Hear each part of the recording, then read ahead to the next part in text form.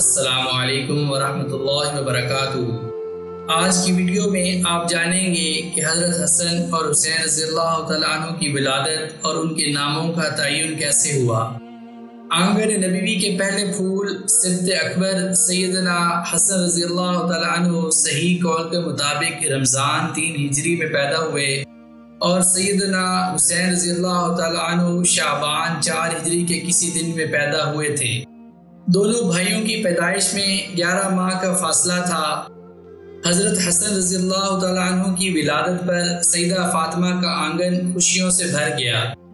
والد سیدنا علی رضی اللہ تعالیٰ عنہ بھی بہت خوش تھے۔ صحابہ رضی اللہ عنہم نے انہیں پہلے بیٹے کی مبارکباد دی۔ نبی کریم صلی اللہ علیہ وآلہ وسلم کو پتہ چلا تو آپ خوشی سے سرشار ہو گئے۔ آپ فوراً اٹھے اور بیٹی فاطمہ زہرا کے ہاں تشریف لے گئے۔ وہاں جا کر پوچھا کہ میرا بیٹا کہاں ہے، اسے لاؤ۔ بیٹے کو لایا گیا۔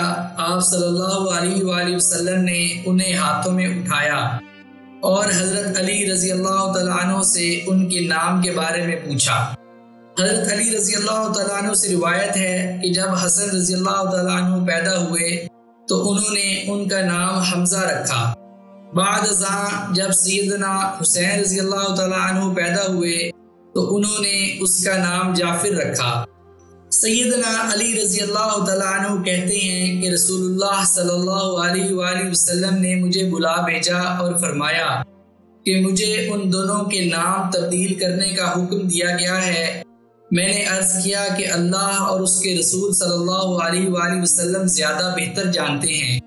چنانچہ آپ نے ان دونوں کو حسن اور حسین کے نام دیے۔ اس روایت سے صاف طور پر عیاں ہوتا ہے کہ نبی کریم صلی اللہ علیہ وآلہ وسلم کو اللہ تعالیٰ کی طرف سے دونوں بچوں کے نام تبدیل کرنے کا حکم دیا گیا تھا۔ چنانچہ آپ نے فوراً سیدنا علی کو بلایا اور بچوں کے نام تبدیل کر دیے۔ ایک اور روایت میں ہے کہ حضرت علی رضی اللہ تعالیٰ عنہ نے حسن کا نام حرب رکھا تھا۔ نبی کریم صلی اللہ علیہ وآلہ وسلم تشریف لائے اور فرمایا کہ مجھے میرا بیٹا دکھاؤ، تم نے اس کا نام کیا رکھا ہے؟ حضرت علی رضی اللہ تعالیٰ عنہ نے کہا حرب۔ فرمایا نہیں بلکہ یہ حسن ہے۔ بعد ازاں جب سیدنا حسین رضی اللہ تعالیٰ عنہ پیدا ہوئے تو حضرت علی رضی اللہ تعالیٰ عنہ نے ان کا نام حرب رکھ دیا۔ نبی کریم صلی اللہ علیہ وآلہ وسلم تشریف لائے اور فرمایا کہ مجھے میرا بیٹا دکھاؤ، تم نے اس کا نام کیا رکھا ہے؟ حضرت علی رضی اللہ تعالیٰ عنہ نے بتایا کہ حرب۔ فرمایا بلکہ یہ حسین ہے۔ تیسرا بیٹا ہوا تو حضرت علی رضی اللہ تعالیٰ عنہ نے اس کا نام حرب رکھا۔ آپ صلی اللہ علیہ وآلہ وسلم نے فرمایا بلکہ یہ محسن ہے۔ بعد ازاں فرمایا میں نے انہیں ہارون علیہ السلام کے بیٹوں کے نام دیے، شبر، شبیر اور مشبر۔ اس روایت میں چند عظیم مفاہیم مضمر ہیں۔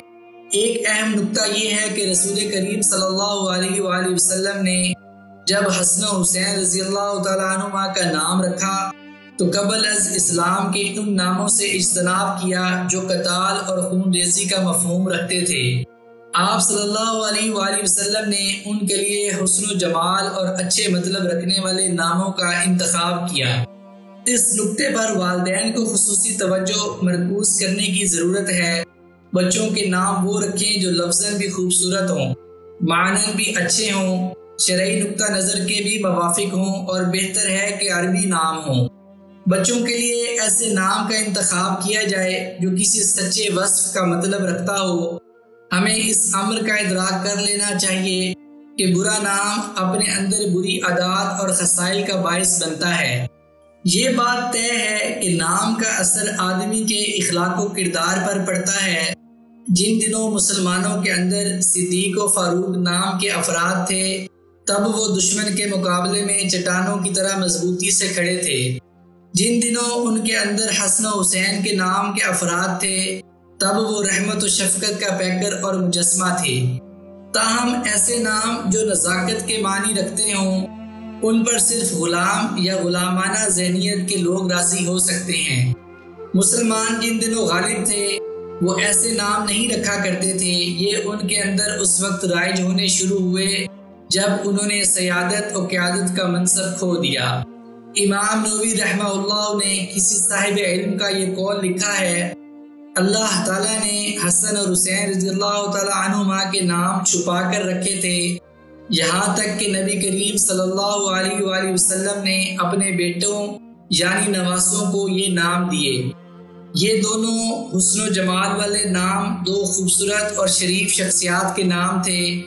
جو شخص ناموں کی دنیا میں خیر کا طالب ہے، اس کے لیے یہ دونوں نام ایک مبارک عنوان ثابت ہو سکتے ہیں۔